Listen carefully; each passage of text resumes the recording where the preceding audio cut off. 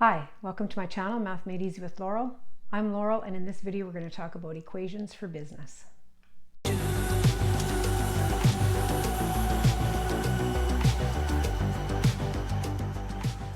are many different formulas in the financial or business world, and sometimes you'll be required to find a value when all other values are known.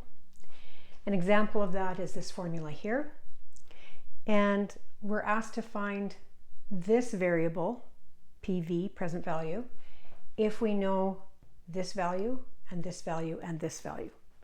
So in those cases, it's just a matter of plugging everything in and then calculating it correctly. I'm going to just give you a few tips on how to do that.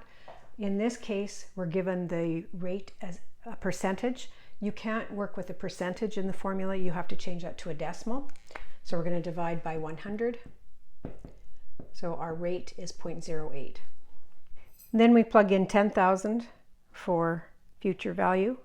We have 1 plus R is 0.08 and T is 300 over 365. However you decide to go about calculating this, make sure that you're not rounding off during the calculations.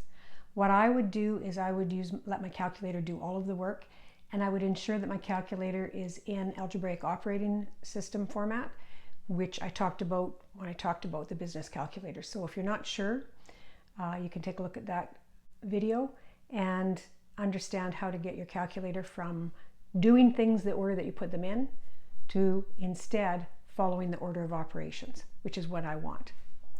The way to input this into your calculator once it's in algebraic operating system is to enter the numerator, 10,000, divided by this whole denominator has brackets around it, even though the brackets aren't expressed. We understand that this whole thing should be treated as if there were brackets. So on my calculator, I'm going to enter my brackets, and I'm going to enter 1 plus 0.08 times 300 divided by 365. End of bracket equals. Your calculator will do the multiplication, 0.08 times 300, and then divide by 365, and then it will add the 1, and then it will take 10,000 and divide by that whole amount. And you should get 9,383.03. If you didn't get this number, then your calculator probably isn't in the right format, so you might want to check on how to fix that. If you're uncomfortable doing it this way, of course, you can always work this out step by step. Just remember, don't round anything off during your calculations.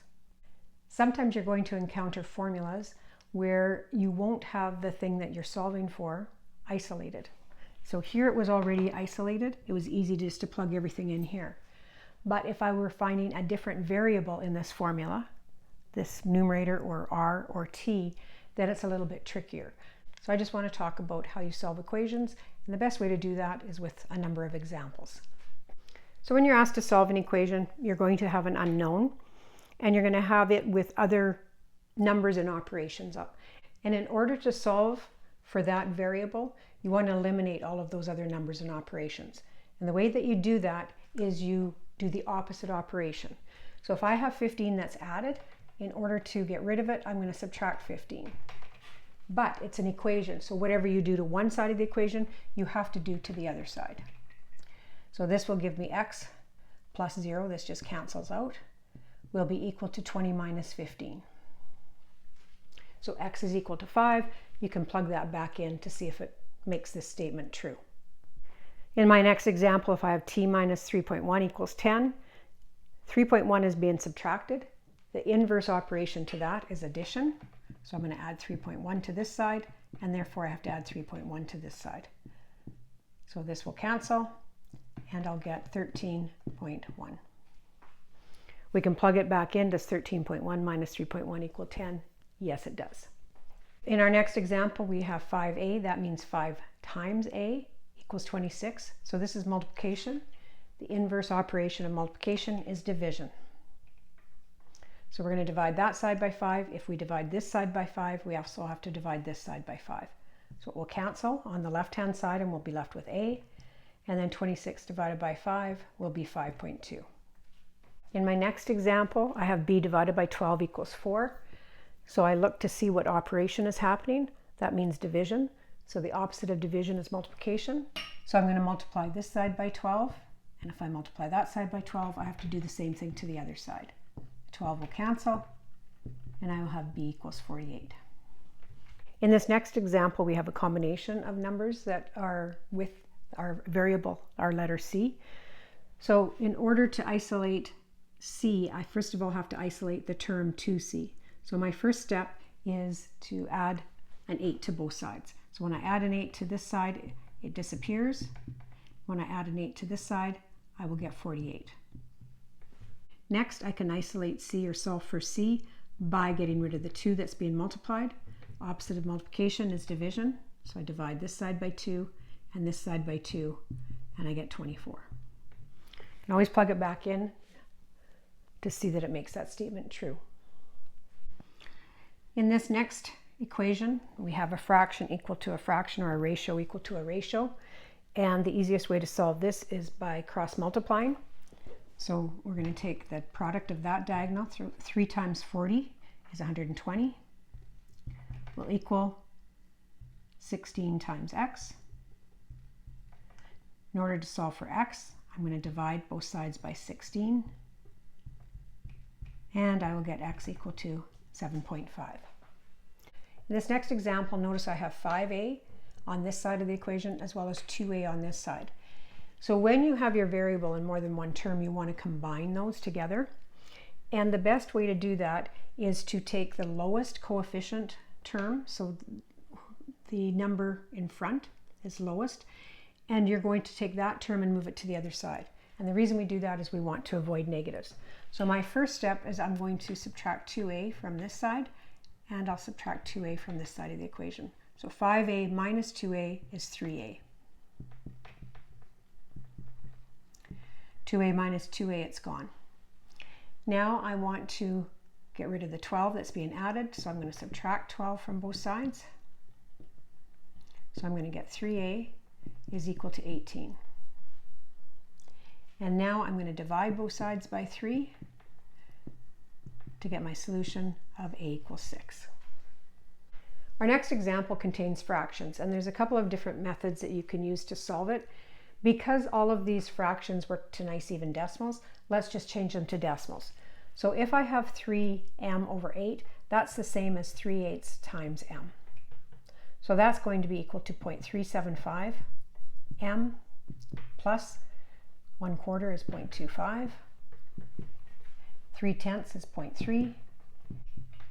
Now same thing here, if I have m over 2, that's the same as 1/2 times m, or 0.5 times m.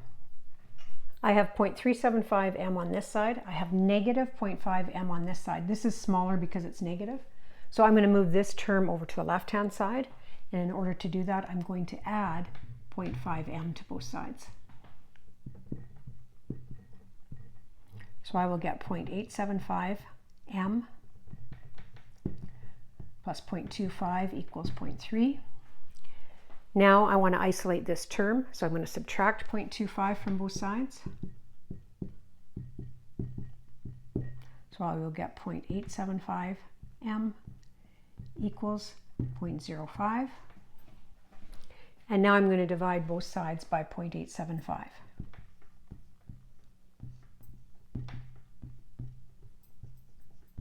To get m equals 0.0571.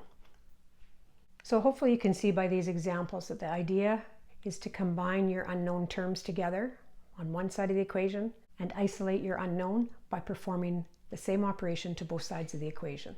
I'm going to do a couple more examples where you may need to know how to solve an equation, and the examples I'm going to do is on percent increase and decrease. In my next example, it's written in words, but we're going to set up an equation in order to solve it.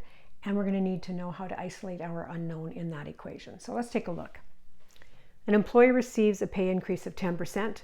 Their new monthly salary is $3,300. What was their original salary? What I see a lot of people want to do in this question is they take 10% of the new salary and subtract it.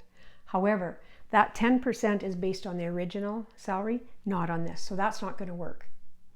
In this case, what we don't know is the original salary, and 10% is based on that original salary. So I'm going to let my variable, I'll call it x, be the original salary. we know that the original salary plus 10% of the original salary, so 10% is a decimal, is 0.10. I don't need the 0, so it's 0.1, times the original salary will equal the new salary of $3,300.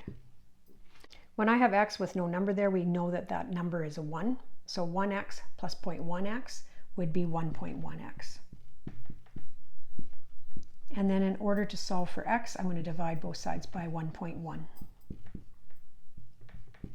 When I do that, I'm going to get a value of 3,000. We can find 10% of 3,000, which is 300, and add it, and we do get our new salary. So just be careful when you're working with percentages of increase, decrease, or markup and margin. You need to know what that percentage is based on. Let's do one more example with percent decrease. So in this example, we know that the price of an item has been discounted 15%. We're told the new price is $595, and we're asked what was the original price. Again, this discounted price was based on the original price. It's not based on this. So if you take 15% of this and add it, it will not be correct. So in this case, we have to introduce a variable. We'll call it x again, and we're going to let that equal the original price.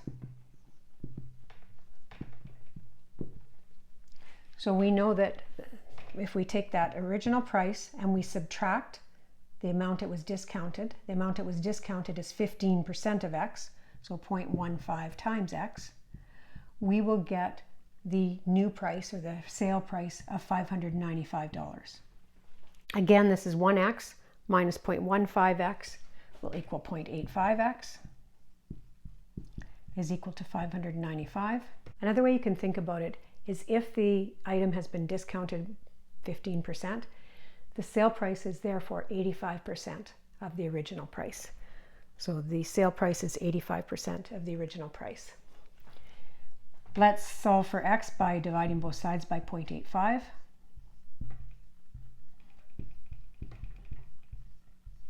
And we get an original price of 700. Again, we can find 15% of 700, which is 105, subtract it, and we will get 595. So just be careful when you've got percent increase, decrease, or markup and margin, that you know what to use as your base for your percent. Hopefully this gives you a better understanding of how to solve an equation so that you know what to do when you encounter one in business.